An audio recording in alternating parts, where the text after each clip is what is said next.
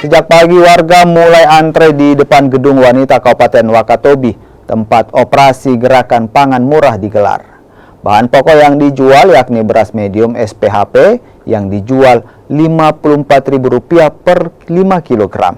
Minyak goreng Rp21.000 per liter, gula manis Rp16.000 per 0,9 kg, telur Rp64.000 per rak, dan terigu Rp12.000 per kilogram. Pemerintah daerah Wakatobi menyiapkan beras SPHP sebanyak 7 ton, sementara gula pasir, terigu, minyak goreng, dan telur masing-masing sebanyak 1.000 bungkus. Penyelenggara telah menyiapkan sebanyak 2.000 kupon yang dibagi ke masyarakat kurang mampu di 2 kecamatan sebagai syarat untuk membeli pangan murah.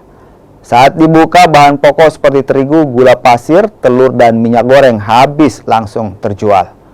Operasi gerakan pangan murah dilaksanakan di Kecamatan Wangi-Wangi dan Kecamatan Wangi-Wangi Selatan. Program pangan murah digelar untuk menstabilkan harga dan pasokan pangan serta pengendalian inflasi daerah jelang Lebaran Idul Fitri. Dinas Ketahanan Pangan ini bekerjasama dengan Bulog dan distributor dan agen pangan adalah melaksanakan siaga Hari Besar Keagamaan Nasional jelang Idul Fitri tahun 2024. Mana kegiatan ini adalah untuk menstabilkan harga dan pasokan pangan, kemudian pengendalian inflasi daerah.